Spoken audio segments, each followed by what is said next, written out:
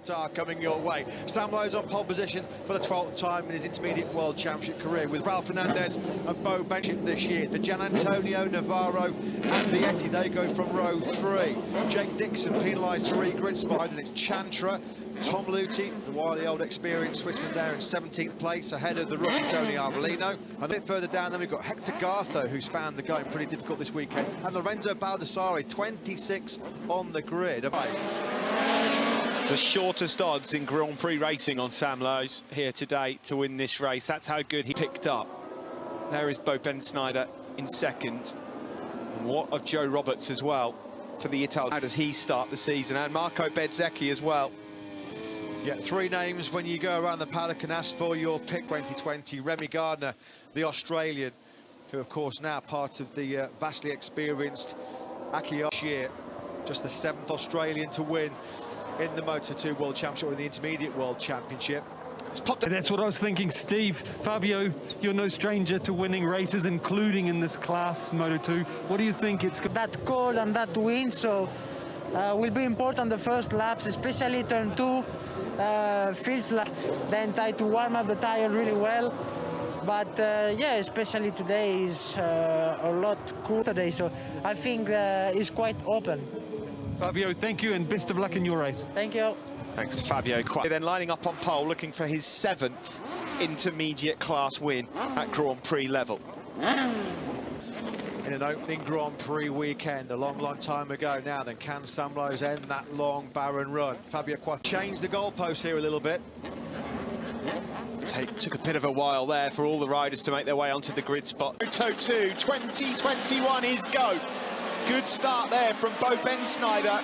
Not such a great start. Number 72 goes through. It's Snyder in second and Lowe's third. Brilliant launch by one Italian, Marco Bezzecchi, a shocker by... Struggled in these opening laps. He was wide through turn 2, so he's lost a bit of ground early on. Jake Dixon's made a good start from 10. Dixon getting the gloves off early on here as well. Here we go, a move. The door was open. Sam Lowe's takes it straight through at turn 6, number 25. The best of starts from the line, but he's still in contention. Now the question mark for Jake Dixon, been able to do about 4 or 5 laps in a row this weekend, so this is an unknown territory for him. 20 laps of the Grand Prix. Joe Roberts retaliated a moment ago. Immediate retaliation there from Gardner, though. Back on Roberts. That's nicely done as well by a rookie, Celestino Vietti. In on Marco Bezzecchi at the end of this opening lap in Moto2. Will be Bezzecchi who leads across the line from Lowe's, Snyder, Fernandez and Jake Dixon. It really didn't take long. 3rd place from Snyder with the slipstream. He does punch a pretty big hole in the air, doesn't he, Bo Snyder? He's well over... Looks like he's been in this championship for just years and years and years. It's incredible, isn't it? Now, who's this? It's Marcos Ramirez, and that's not the biggest surprise we've seen. He's a... That's very true. Sam Lowe's here. Will he go through? The door was open, but he thinks better of it at turn 6. Jake Dixon, who's made up 5 places from the start. Impressed with Celestino Vietti, as we mentioned in qualifying last night. He started night. He's going... Sorry, Marcos Ramirez there, making the right call, I think. It's going to take these guys a couple of laps just to see any major lap times coming in just yet, as they all settle into this race in Moto2. It is He's up into the top 6 again, so it's been a really strong recovery from the Italian there on the 21 bike, just tucked in behind Honor Fausto Grazzini's memory bike, continuing MotoGP next year. Will it be on an Aprilia or a Suzuki? Across the line. Leads as well. Yeah, the slipstream has helped Sam Lowe's there behind Marco Bezzecchi. The headwind blowing right in the face of Bezzecchi. And into Sam Lowe's, just where he wanted to be early on here in Qatar. He's hit the front of the pole man. After taking a few knocks, KTM IO colours. Yeah, the quickest man of the top 5 was the rookie Ralph Fernandez, a 59.89. An excellent effort, isn't it? Really, really is. Cameron Beaubier, by the way, if you're wondering, on his bike lengths between him as they sweep through turn 9 for the 3rd time of asking. That was a lovely, lovely move from Remy Gardner on Fabio. Was putting in 58s for fun, wasn't he? If he can do that here, it will be bye-bye Sam. He did his best time of the test. He's just eased up the inside of Marco Bezzecchi in the braking zone for the first corner. Straight away, Lowe's has decided to... Second place, Bezzecchi seems to be having more trouble containing Ralph Fernandez at the moment, the number 25 rookie. Bezzecchi, look at this, the rookie up the inside, fantastic move. Perfectly executed move, set it up in the slipstream, and then just he started to put the hammer down. He got down to a 59.895. That was almost 0.6 of a second quicker than Bezzecchi. Now chases down Marco Bezzecchi. Bezzecchi maybe just struggling a bit on this lap. Two have got history. They challenged each other in Moto3. They challenged each other in the Red Bull Rookies Cup as well. Sam Lowe's then it is that lead. Nice, oh, it's going well wide there. Oh, you've got to be careful really now. Deep. He's right out on that dirty, dusty part of the circuit. You can see the Sam brake. Thankfully, on that dirty, wide line, he was able to keep it sunny side up. Just the tiniest of errors. Number 21. Yeah, that might have just prolonged the agony for Marco Bezzecchi, because Gardner will quickly regroup here. Bezzecchi he's nearly in Bahrain at the Formula 1 race. Across the line we go then to complete the fourth lap. And another PB lap from the Brit, 1:59.747. To be fair to Fernandez, he was only a couple of tenths slow, comfortably keeping Marco Bezzecchi at arm's length behind him as well. Further back there, good job from Somkiat Chantra. Nice Ring 1 last August, so yeah, he was due a decent ride. Remy Gardner is getting a bit desperate here, isn't he? On the gas coming out of turn 6. He's always a bit lively on the rear tyre.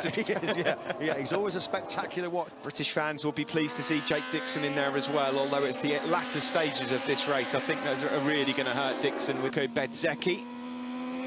Jake Dixon did not do the testing kilometres anything like those around him. Like we said, I mean, the doctors, when he went with the knife, I mean, that wrist was completely smashed to smithereens in that Valencia crash, 50%. It really did, didn't it? He's about to lose this position, though. Remy Gardner in the slipstream, on board with the Aussie now. He's going to just holds on for now to fourth place. Sam Lowe's lost half a second on that last lap. Pulled him straight back up because Fernandez did a PB lap of 59.710. Fabio Di Gianantonio, who we just saw out on the loose. So Gardner is through and up into fourth place. Perhaps he'll be encouraged to see that Sam Lowe's has lost some time. First time this year for the pair of them, and people keep saying, oh, well, you know, let's see what they can do on the best motorcycle. Well, they're showing. Aaron Canet, yes, he didn't qualify well, but he can't quite get going. He's outside the points. Augusto Fernandez here for the hugely likeable Italian, 24 years of age now. It's not getting much better at the start of 2020. The gap to Raul Fernandez is back to 0.4 of a second. Our eyes now drawn to this battle for third. But he got him way too hot and ran wide. And we wanted to make sure second time around he makes it stick and then can start getting his claw, because straight away he's just done yet another PB lap. His last 4 laps have been either a 59.8, 59.7 or a 50.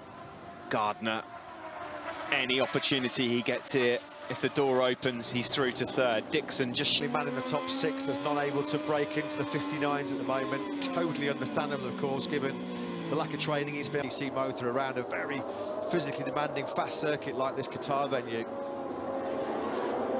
A move from Akiayo, and he is holding his own. Gardner's just got to be patient here and bide his time. You can clearly see he's much quicker. All offline here, so you've got to make sure that your moves are inch perfect.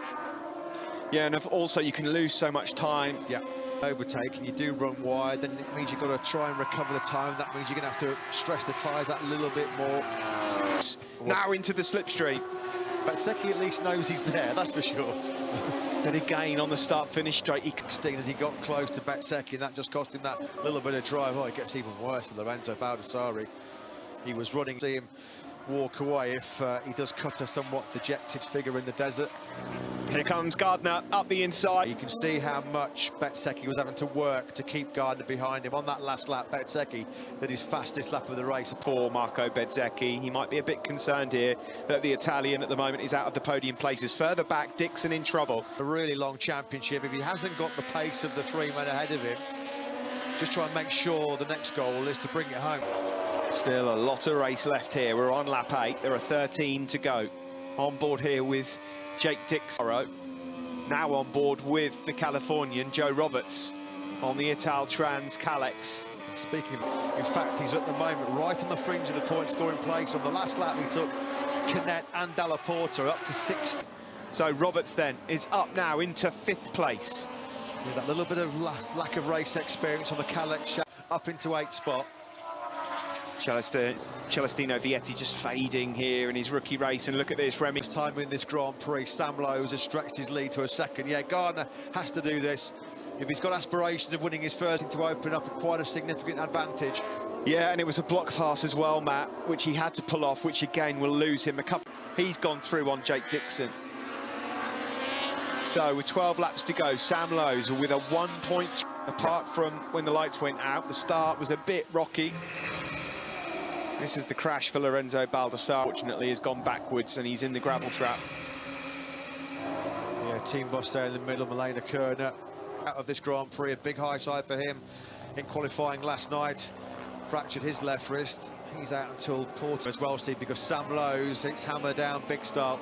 Fastest lap of the Grand Prix has just been set by the British rider. 59, keep that buffer at 1.3 seconds. You're right about that battle further back. Tom Luthi as well has made a couple of places up. The experienced Swiss rider, he's into 11th. You talked about some already of the likes of Xavi Vierge, who's down in 14th place. Petronas Sprinter Racing were expecting him to take getting himself in the point scoring place is not going to cut it for the Malaysian team at all. No, you're absolutely right. There'll be a few. Antonio goes through and sits up Joe Roberts in the latter stages of races in Moto2 last year. Few riders. Luca Marini winning the Grand Prix. Led for so long, 3/4 distance, and his front tyre just dropped off a cliff, didn't it? It did. Definitely has crashed out for the Flexbox HP40 team. Hopefully he's okay. Jake Dixon, since being the gap at the front, 1.4 between Lowes and Gardner. Yeah, and there are two standout men at the moment out on circuit. 59.7 from Lowes, followed by a 59.8 from Gardner, so the advantage just gets eked. Andes, so at the moment is comfortably on course for a very, very impressive debut podium in Moto2. Now Bezzecchi behind him may well just be thinking, the rookie, his tyres might desert him towards the end of this race. A couple of those are struggling in this race, but Raul Fernandez, I mean, whatever happens here, this is an outstanding, he's keeping and beating. These are guys that are destined for MotoGP soon. I mean, he's going to be one of them himself. He rode for NTS in the last couple of days with Barry Baltas out injured as well and not set to return for at least a few. We'll expect to see the 16-year-old Belgian back in action. Sam Lowes, then there's clear daylight here under the night sky, closed at 1.3 seconds, and Fernandez and the Gian Antonio as well. They've got themselves back into those 59. Yeah, Remy Gardner will face a bit of a conundrum in the latter stages of the race if this gap stays around a second. To have a 25-point head start. Turn 2 for the race leader, Sam Lowes, safely negotiated. For the big crash that pretty much ended his chances of winning the championship, he was unstoppable. 3 wins on the trot. He had in it. That's the big thing, isn't it? You know, it was against all the odds. He had to bat away quite a few. And in this scenario last year, Steve, when he built up an advantage, he never looked like he was going to blow it.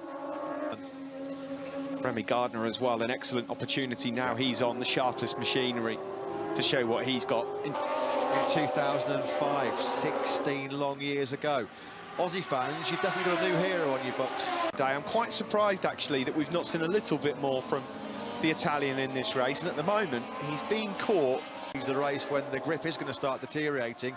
Whether that would be a factor, absolutely not. He's still doing 5th of over a second. Bezzecchi's got bigger problems coming behind him. Yeah, absolutely right. There is Bezzecchi. There is the Gian Antonio, the late Fausto Cressini. And I just hope, with everything crossed, that Fabio Gian Antonio can see it through the checkered flag, because see the checkered flag, because this would be a huge morale-boosting top 5 for him. A bit further back challenge for these guys, and it's Luthi in 11th, Vierge 12th, Vietti 13th, Chantra in 14th. TB lap of a 59.8. That's around podium pace, but it's coming far too late for the German. And we mentioned Cameron Bobier. Well, he's just taken Augusto Fernandez for 15th spot on that previous lap. Well, in fact, you can see now 0.4, the fastest lap of the race for Remy Gardner, but the gap isn't budging. Well, pre-weekend Sam, but Gardner is still piling the pressure on. Sam Lowes will have his eyes glued, comfortable with that, but anything under a second and the Jaws music might start coming on. You know, Bobier's in a cracking scrap. He's in a fight where he's going to be gaining so much experience from that heated battle. The gap's just creeped up to 1.5 seconds. 25, the rookie in this class, at present in line for a Moto2 debut. I've no idea. he's still able to hang on to the back of Joe Roberts and be fighting for a top 6 in this opening Grand Prix. When you think of everything... A few days ago, Damien Bailey, and they were planning before the start of this Grand Prix of not even doing any simulations until the race itself. Bo Bensnijder, they're ganging up behind him here. Number 64, Bo Bensnijder, the Dutchman. Still a good result for him if he can finish. I wonder if Lowe's has made his crucial move. There's Bobier. What a ride for him. He's having a real good ding-dong here with Auguste Lichtertal in the Elfmark VDS Racing team. Bobier will be thinking, do you know what, there's an 11th place here up for grabs. Caliber rider he is, he'd have definitely taken that. I was just about to say Lowe's may well have just started to make a decisive break. He was 3 ways, dirt track style, love it. Up the inside of Shomkiat Chantra, picked him up through turn number 6. That was awesome, that one, speedway sideways from Cameron Bobier. Superb.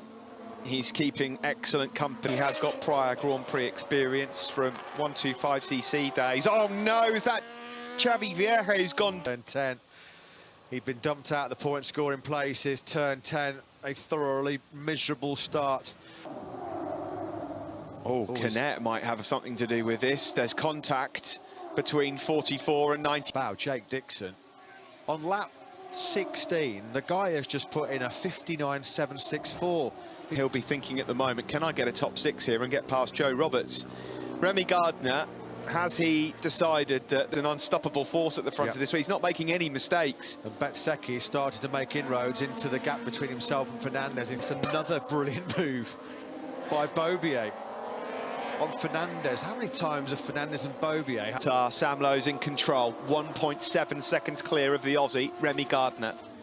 Can Raul Fernandez hold on? Moto3 Warriors. Just behind them, of course, another one in the shape of Ayagura. There's not too many people in the Moto2 field that have that kind of speed at the moment. Shows you the kind of outstanding job that Fernandez a little bit as well. Fernandez has responded on this lap. He's been quick in sectors 2 and 3 to stretch it back up to about 8/10.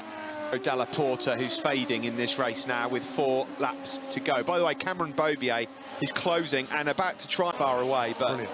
You know, he's got no experience of how these Dunlop tyres are going to behave at this stage of the race. Very little experience. On the brink of history, he'd become the first ever rookie to take a podium in Moto2 debut. The last time it happened, you know, Bezzecchi and the Gian Antonio, they're not giving this one up. No further action. Yeah, it did look like a racing incident. There was room for Canet. Antonio there, number 21, red and white bike, Federal Grassini, can't just sniff a 4th place. He might just be on a podium place. Well, we're into sector 3, which on the last lap, Fernandez had the upper hand on the 2 men behind him, Bezzecchi and the Gian Antonio. There to Bezzecchi and Fabio de Gian Antonio. There's so many positives to take from this opening Grand Prix for number 72, Bezzecchi. Bezzecchi's picking up some pretty decent slipstream here as well. There's going to be a headwind bashing into the front of Ralph. Nicely done from Marco Bezzecchi. He goes through on Raul Fernandez then. He's just being given the info. Qatar, Raul Fernandez. Out front, Sam Lowe's cruising at the moment, 2 seconds behind you for 17 and a bit laps in a Moto2 Grand Prix. You've done an absolutely phenomenal job. And that's well, you're about to see what sort of a rookie he is, aren't you? Because is he the wise one that sits there, learns a bit, and tries? He's Remy Gardner. Sam Lowe's still 59.752 on an 18-lap-old tyre. 2 corners ago, so unfortunately Raul Fernandez drops down a place. They like it in Grassini. That keeps him in the hunt for a podium. And team boss Fausto Grassini, he'll be proud watching down on his man at the moment. He's got to try and hunt down Bezzecchi. With 2 laps to go, despite the gap having just come down slightly, in control still is the Elfmark V. Looked pretty comfortable once he hit the front after a couple of laps. Would it have been a different story had Remy Gardner perhaps not had? He'll be looking to exact revenge next weekend when we come back for round 2 here in Qatar. He's using a bit of nous here and a bit of experience because he's got himself back into 59 as well, just when he needed it, just when the likes of this one as well. So the checkered flag will be made ready in a lap and a half. Last lap, half a second slower than Gian Antonio. I'm not too sure that Joe Roberts is going to have anything for him, though. That was Ayagura. Well, track limits warning late on for Sam Lowe, so he's got to be pretty precise over the... So, well, that'll be flashing up on his dashboard, so he'll be well aware of it. This one's his house down at Grassini Racing. So then we begin the final lap of the race in Moto2. Sam Lowe's track limits warning. and Dejan Antonio. Advantage Bezzecchi through that tight first corner. Dejan Antonio's at 6. That's where Dejan Antonio's going to try and get really good rhythm here through turns 4 and 5. Speed through 5. Not quite close enough, is he? On board with Bezzecchi in the final sector. He was that close, he could have almost reached out and grabbed those famous locks flowing out the back of Bezzecchi's helmet. This is coming somewhere. Well, that's at turn 9, and Bezzecchi defended quite brilliantly. There was no way. Brave, brilliant, great move from Fabio Dejan Antonio. He takes third spot from Bezzecchi, but can he hold on to it? Antonio, and a very, very emotional podium here in Moto2. Sam Lowe surely has it covered. He runs a tight defensive line. This is your winner. Sam Lowe wins here in Qatar. A fantastic effort from him with Gardner in second. What about the battle for third spot for him? The Grassini team. Incredible what scenes. A moment. Oh, what incredibly emotional scenes said. But those two men were in a different league tonight. Sam Lowe's in particular. What a way to kick off 2021. He's your first winner in Moto2. The perfect tribute to his late team boss Fausto Grassini.